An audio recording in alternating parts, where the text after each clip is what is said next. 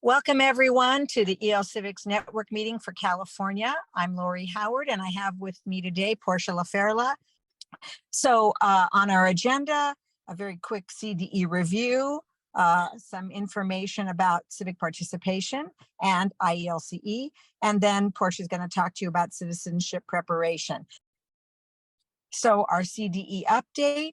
Just a review again, there's no continuous improvement plan this year because your application to the WIOA RFA sufficed for that. But you will need to fill out the OTAN Teacher Technology Survey, due as usual on or before April 30th. And in blue there you see, of course, the IELCE report is also remaining as a separate deliverable and also due on April 30th. And we're going to talk more about that report in a little bit. So I just wanted to review again that the California EL Civics Instructional Materials Exchange is in full force. We have a lot of materials there for you, both for just civic participation as well as for IELCE. And I wanted to let you know that you can submit instructional materials at elcivics.otan.us. And we're doing a presentation at TDLS this week, Friday, March 3rd at 3:50. So if you want to learn more about the EL Civics Exchange, Portia and Anthony Burek from OTAN and I will be presenting at 3:50 on March 3rd at the TDLS. I'm just reminding you that we have a lot of information about EL Civics. I know some of you are new. And at these links, civic participation and IELCE and citizenship preparation, those two links, you'll find other links, downloadable documents, pre-recorded presentations and slides, and other resources. And we just showed you some visuals of what those pages look like. So I hope you're pretty much everything you want to know about EL Civics or citizenship preparation, you can find at these links. And reminding you again about the EL Civics support channels. Again, links to each of them. We have one just for EL Civics, one for citizenship prep. One of the most important things there are the presentations we've done at these meetings, which are called agency examples on the EL Civics support channel. And we hope you'll go to those webinars. Again, this replaces the EL Civics conference we used to do before the pandemic at this time of year, because we think it can be, on demand whenever you want it. So, and if there's something you'd like to know about that you don't, and you'd like us to do a webinar, we can always add that in. And add it to the EL Civics support channel or the Cit Prep support channel. So just let us know. So this is a new thing I wanted to talk to you about because there was a little bit of confusion on lots of people's parts, and as there always has been, about IELCE 243 payment points. So this is just for IELCE funded programs. But you need to know that students must be enrolled in an IELCE designated course to earn IELCE 243 payment points. So if you have a regular EL Civics course and you want to teach a 243 co-op because your course is linked to in a pathway, then on the EL Civics FAQs, you can find out how to do that. And you would designate part of your course as civic participation and part as IELCE. And that's how you would earn those payment points. Second bullet, any student who's enrolled in a 243 IELCE designated course in a pathway can participate in 243 instruction and pass the 243 co-op and earn a $2 sign, we call it, payment point. And that is because they have the opportunity to enroll in the IET training because they're on the pathway. And if the student is also enrolled in an IET course, then they earn the $3 sign payment point for passing that same co-op. So some of your students in your ESL course designated as IELCE 243 earn a 2 payment point $ sign for passing a co-op, and the same COAP passed by students who are also enrolled in an IET course that's on the same pathway receive $3 payment point for that same COAP. So if a 243 COAP is not taught and assessed, no payment points will be earned. So some of you have been doing all the work, but not designating your course as 243, and so not gaining the payment points, or you're not teaching the COAP, but you're doing everything else. So again, payment points are only earned by teaching and assessing the COAP and designating the course as 243. Any questions? And Lori, Portia, if you see something in the chat, please let me know. yes, I will. One of the things that I've been seeing is, like you said, people are running these programs, they're doing everything, but then they're not offering COAPs. And the COAPs are the only funding, the only extra funding that's available. Or they're only doing the COAPs with the students who are in the IET section of the course. So they're having like 7 or 10 students do COAPs when they should be having the students that are within that pathway, other students that have that opportunity to enroll, doing the same COAP so that they can collect more payment points. Those are the things that I'm seeing in the agencies that are not earning very much for all the work that they're doing. Yes. So hopefully this will clarify those 2 points that you mentioned, Portia. And just contact your program specialist or Lori or me for help with any of that. Any other questions on that, Portia? There's nothing in the chat, Lori. Okay, great. Maybe people have questions later. Thank you. So I just, the IELCE report is coming up, as was mentioned during the CDE review. And I went over this last month, so I'm not going to spend a lot of time on it, but I want to point out to you this first bullet point here. You have a link to the IELCE report summary of content. You can go there and find out all the questions that are going to come up on the report that will be due April 30th.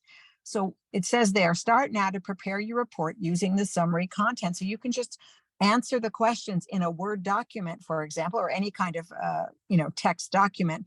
And then when the report opens, we hope will be April 1st, you can just, some of the questions you have to fill in at that time, but the rest you can cut and paste from your text document into the section. So I wouldn't wait till April 1st to start working on this. You can start now because you have the summary of content and you have the extra questions that I'm going to show you in a couple of minutes. And also to tell you the third bullet down, there will be a webinar, how to complete the IELCE report, which will take place on March 14th at 1 p.m. Thanks for pointing that out, Portia. And it is up on the caadultedtraining.org website. You can register for it now. It will just be an hour. If you've done the report before and you feel confident, no need to do this. But if you don't feel confident, you haven't done the report before, I would suggest you do it. It'll basically be the same presentation we gave last year, just with the addition of the new questions, etc. But feel free to join in. And it will be recorded and put on the EL Civic support channel, as well as the EL Civics page, Civic participation page. So you'll be able to access it if you can't come to the live training.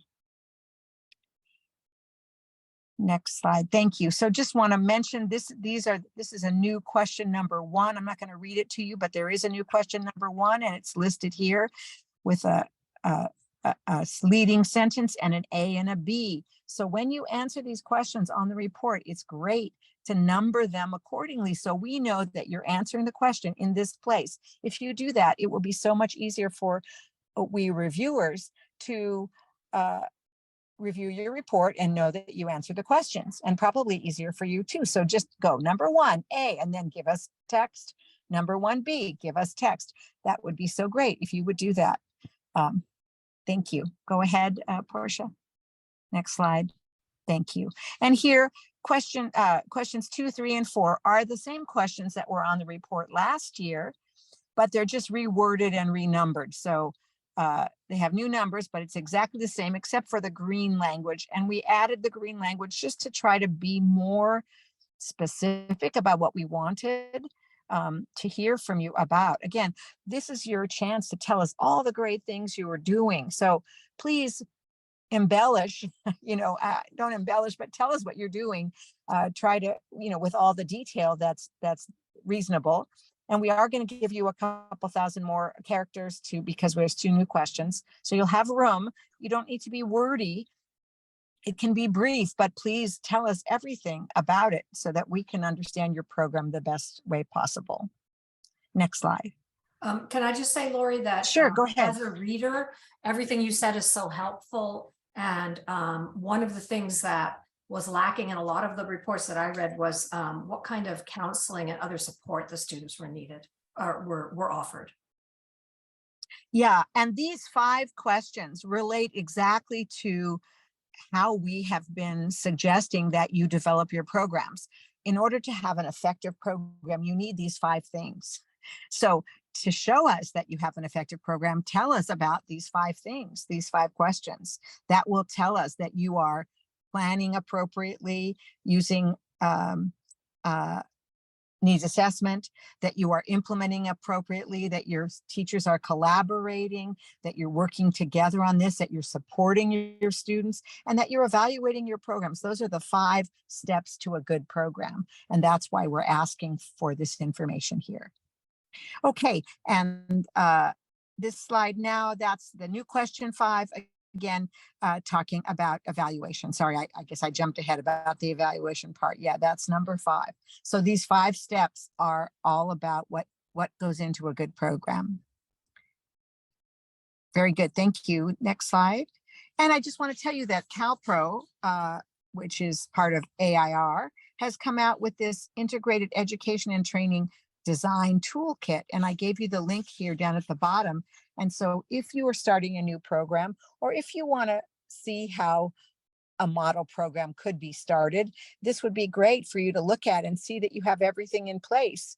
So this is a great service of our California Leadership Project, CalPro, and their sponsor, AIR, their mother program, I guess you would say, AIR.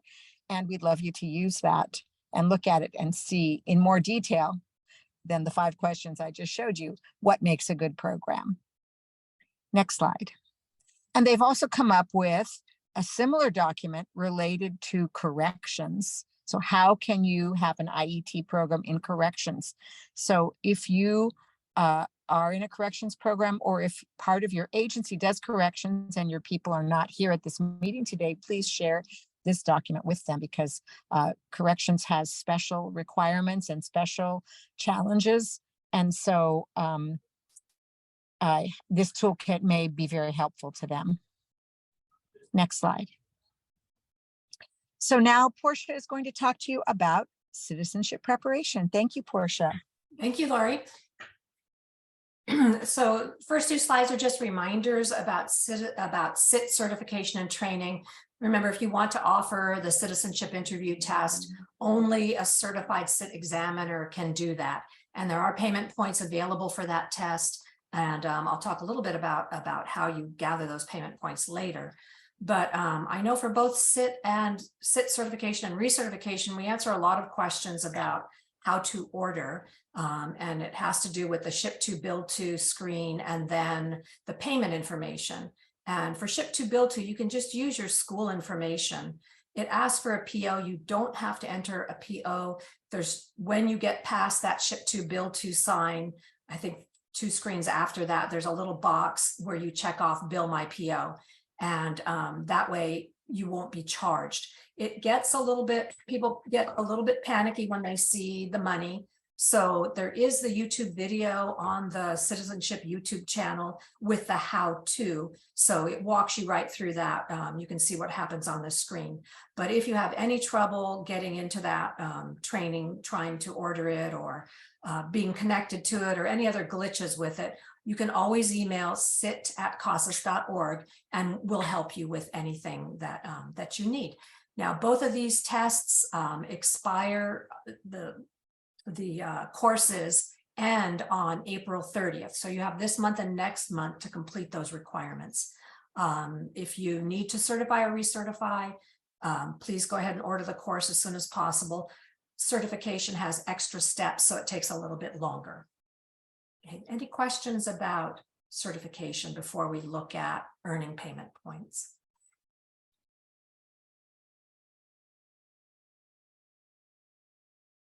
So I know some agencies missed payment points because their students were not enrolled in a citizenship designated class. So I want to make sure that everybody has the information they need to be able to create classes and enroll students in a way that they will get payment points. So there are 2 citizenship points available. One is for the government history and one is for the citizenship oral interview. But to gain either of those payment points, the student needs a pre-post test pair. So usually that's life and work for now.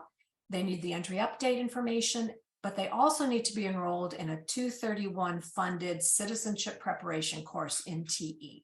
So if they're in 231 civic participation, they cannot earn citizenship payment points. They must be in citizenship. So to create that class correctly within the class instance, you'll mark ESL, ELL, not citizenship. That citizenship is not there for California, it's for other states. So you will mark ESL, ELL, and you don't need to mark anything in special programs. And then there's a drop down for focus area. You have 3 choices: 231 civic participation, 231 citizenship prep, and 243 IELCE. Make sure that you check the box for 231 citizenship preparation. So are there any questions about that? There's also a video in the YouTube channel showing how to do that. Okay. And then the sit test is a pass-fail test. And if you need to enter those records manually, these are just the instructions on how to do that. So you go to the menu bar, records, students, demographics, and then you find the student ID and open that record, and then click on this little box here that says new. And when you do that, it gives you the screens for entering the information. So you'll choose the program year and the assessment date. And then there's where it says form, there's a drop down. You probably won't see citizenship interview test, but there is, if you keep going to the bottom, it says select from lister, and you can choose that. You'll enter the student's raw score here. And then when you when you submit that, it will update and you'll have a raw scale and a scale score. And if it's passed, you'll get a check mark here saying that the student has passed the test. I don't know why this one's not showing, but it will show within TE. So that's just how to enter those tests. I have a question. Yeah, sure. The CIT interview test, if the students have done it is only once per program year per student, right? If they pass? Correct. Once per program year per student. If they don't pass the assessment, Jody, there are always 2 assessments. You can give the first form. If they don't pass, you can remediate instruction. And when they're ready, you can give them the alternate form. Okay, thank you. And another thing, people sometimes get confused. The SIT test does not go to the USCIS. This is a readiness test. So it's only within TE. It doesn't go anyplace else. And then we were talking just a little bit about this at the beginning of the meeting. There is another webinar tomorrow, Friday, March 3rd. It says 2 to 3 p.m. Eastern Pacific time. I believe it's 11 o'clock. I'm not good at calendars or clocks, but this will be the second webinar. They're going to give another overview of the test and the proposed changes. Remember, these are just proposed, nothing has been set yet. And then they're going to give information about if you want to volunteer to be a part of the test trials. And our understanding is these are picture prompts that will be used for the oral assessment. And then after that, they will respond to questions. And the registration information is on the slide. When Lori sends that out, you'll have the links. And I think that's it for citizenship today.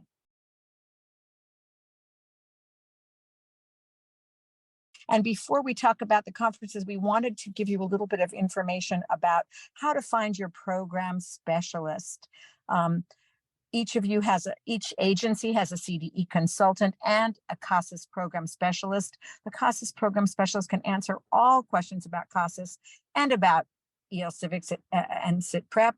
In general, specific questions about EL Civics and Cit Prep are probably better directed to Portia and me, but all the other questions about CASAS can be found with your program specialist. And we just want to let you know this has been updated. It's a little bit hard for me to read, but there we go.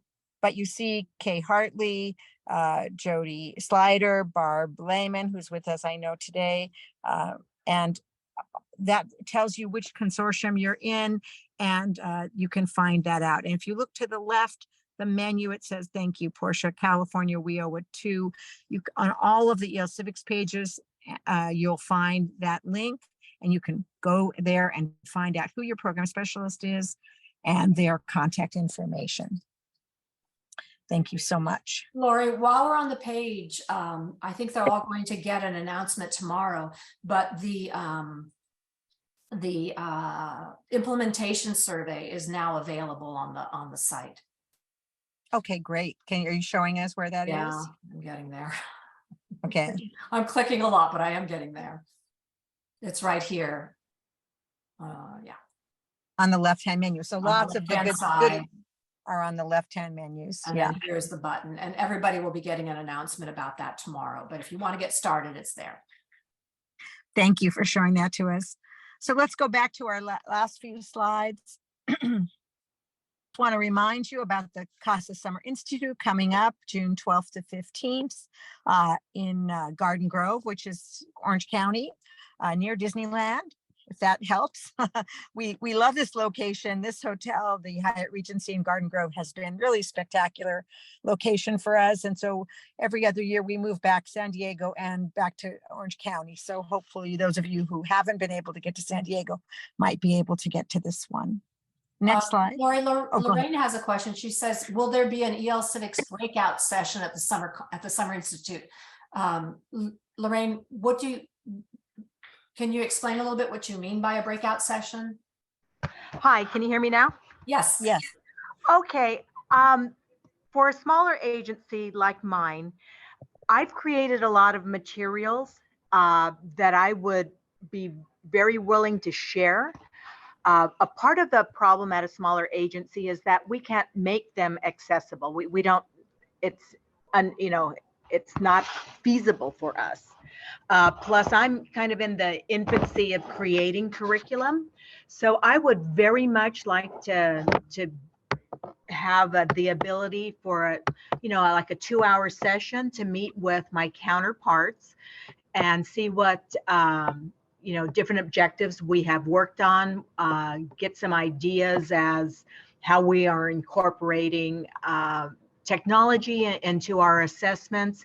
And I think it could be very helpful. We do have in our consortium job-alike meetings, and they have been just a great source of collaboration and sharing with best practices and ideas with one another. So I'm hopeful that if we were to be able to have a breakout session like this, that there would be at least a cart of Chromebooks or laptops available so that we can all call up and share, the things that we're working on. So that's a great idea, Lorraine. Thank you so much. We will look into it. I'm not sure about that. I know we use our technology to the limit because of all of the training, but certainly a meeting place could be arranged. So let us look into that. Let's talk about it.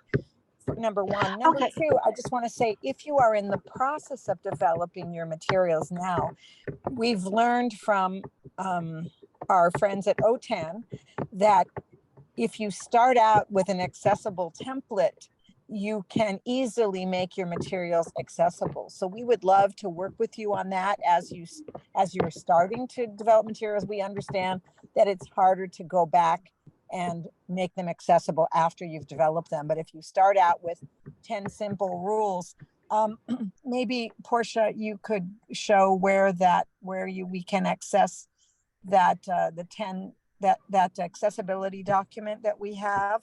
But we would also like to, we understand reading something isn't as easy, and maybe we can contact you in person to talk about how you can do that. Why don't we finish up the slides and then we'll go to that link. Okay. So just wanted to tell you upcoming meetings. Our next meeting, EL Civics meeting, is April 5th at from 1 to 2:30. And we have Kurti Venkatasamy, who is the IET curriculum specialist at Campbell Adult and Continuing Education CASE.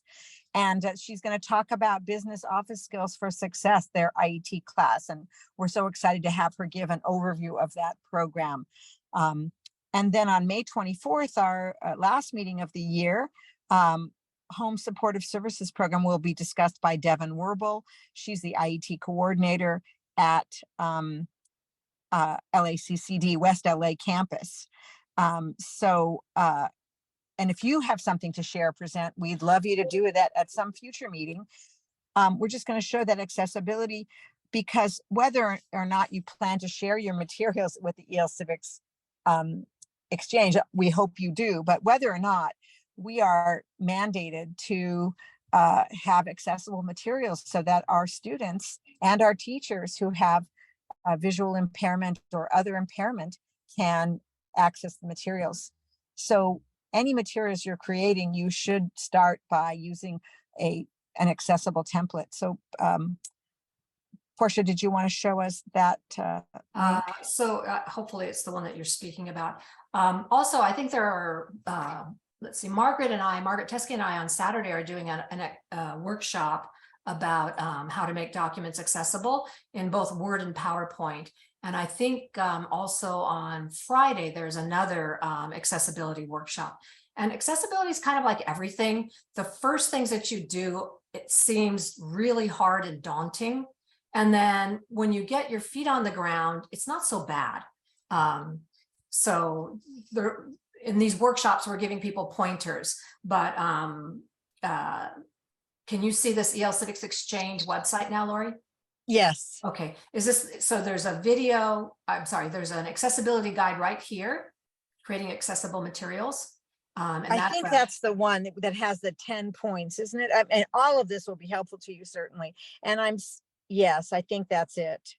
Yes, this is like just 10 simple things to do, or I shouldn't say simple, but 10 things to do. This accessibility guide is really helpful when you're creating materials. And as I said, we really need to be doing this, just like the cuts in the sidewalk that we have now, and everybody loves them.